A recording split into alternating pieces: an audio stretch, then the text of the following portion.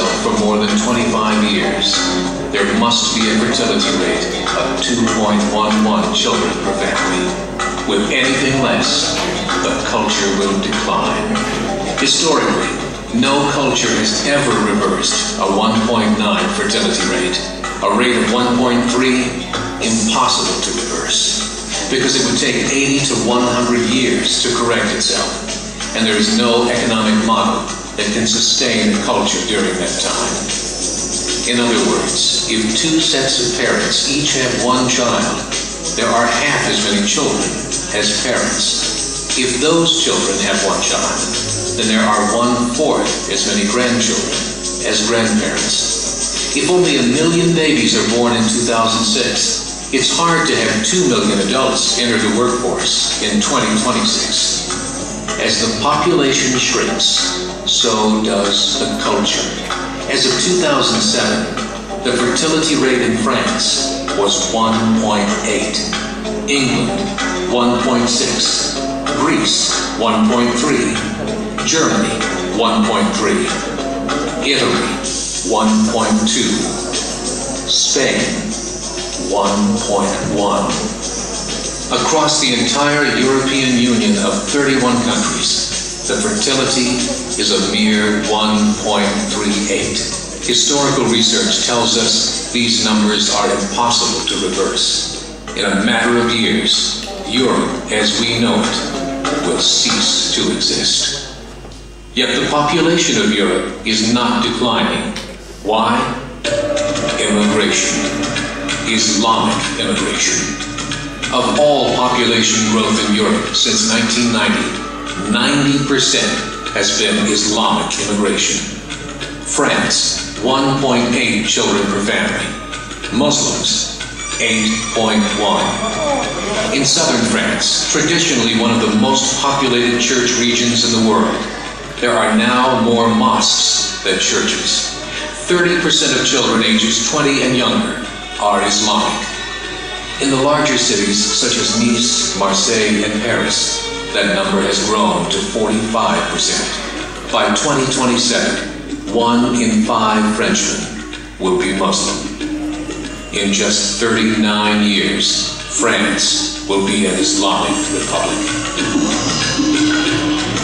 In the last 30 years, the Muslim population of Great Britain rose from 82,000 to 2.5 million, a 30-fold increase.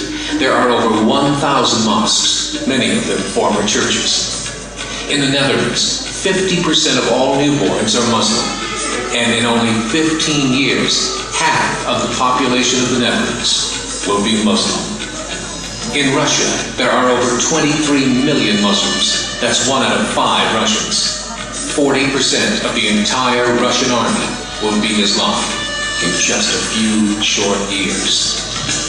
Currently in Belgium, 25% of the population and 50% of all newborns are Muslim. The government of Belgium has stated 1/3 of all European children will be born to Muslim families by 2025, just 17 years away.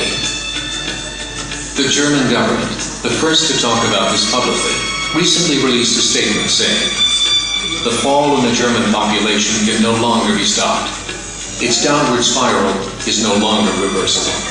It will be a Muslim state by the year 2050. Muammar al-Gaddafi of Libya said, "There are signs that Allah will grant victory to Islam in Europe, without swords, without guns, without conquest. We don't need terrorists. We don't need homicide bombs. The 50+ million Muslims in Europe will turn it into a Muslim continent within a few decades." There are currently 52 million Muslims in Europe. The German government said that number is expected to double in the next 20 years to 104 million. Closer to home, the numbers tell a similar story. Right now, Canada's fertility rate is 1.6, nearly a full point below what is required to sustain a culture. And Islam is now the fastest growing religion. Between 2001 and 2006, Canada's population increased by 1.6 million, 1.2 of those immigration. In the United States, the current fertility rate of American citizens is 1.6. With the influx of the Latino nations, the rate increases to 2.11, the bare minimum required to sustain a culture. In 1970, there were 100,000 Muslims in America. Today, there are over 9 million. The world is changing. It's time to wake up. 3 years ago, a meeting of 24 Islamic organizations was held in Chicago. The transcripts of that meeting showed in detail their plans to evangelize America through journalism, politics, education, and more. They said, we must prepare ourselves for the reality that in 30 years, there will be 50 million Muslims living in America. The world that we live in is not the world in which our children and grandchildren will live. The Catholic Church recently reported that Islam has just surpassed their membership numbers. Some studies show that at Islam's current rate of growth, in 5 to 7 years, it will be the dominant religion of the world. As believers, we call upon you to join the effort and share the gospel message with the changing world. This is a call to action. This is a call to action. My brothers and sisters, are you ready to move forward? Yes! Are you ready to move forward? Yes! Alam niyo mga kapatid, 2 weeks ago pinanood ko yan. And it's coming back to myself na ano mangyayari sa magiging anak ko. Pagdating ng 30 years, parang Muslim na yung mangyayari, parang puro Muslim na yung mabubuhay dito sa Europa. So, tama-tama itong ano natin ngayon, itong conference natin ngayon, moving forward in Christ. Moving forward in Christ. At sinasabi nga dito, it's time to call an action to all Christian, sa lahat ng Kristiyano.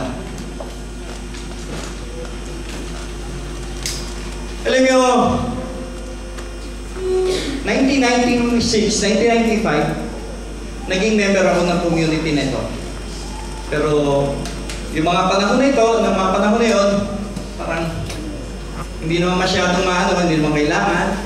Parang easy go lucky yung pagpunta ko sa, nagmi-mission kami, pero hindi ganun ano tawag dito, kalakas yung aking ano na, mag-mission. Parang okay lang yan, focus for Christ, kailangan kong magpunta doon sa isang bansa para mag-mission at para ipakilala si Kristo. Ano? Kayo ba? Nung ba kayo tinawag ng kaibigan nyo para mag-CLP, ano ba sagot nyo? May trabaho ako. May gagawin pa ako. Maglalaro ako ng basketball eh. O kaya maglalaro ako ng bowling. Yan, totoo yun. Yun yung sa akin. May laro ko ng basketball, may laro ko ng bowling, at may gagawin pa ako, may trabaho pa ako. Habang nagsiselfie ako, nakaupo ko sa likod, natutulog. Natutulog ako doon sa kalikod-likuran at hindi ko iniintindi kung ano yung sinasabi ng speaker kasi sino ba si Kristo? Parang na akin before. Ano? Sino ba si Kristo? Parang pakarinig ba ako niyan?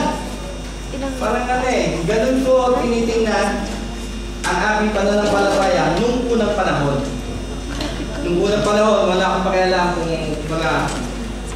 magpupunta lang ako sa simbahan para tumingin ng chicks.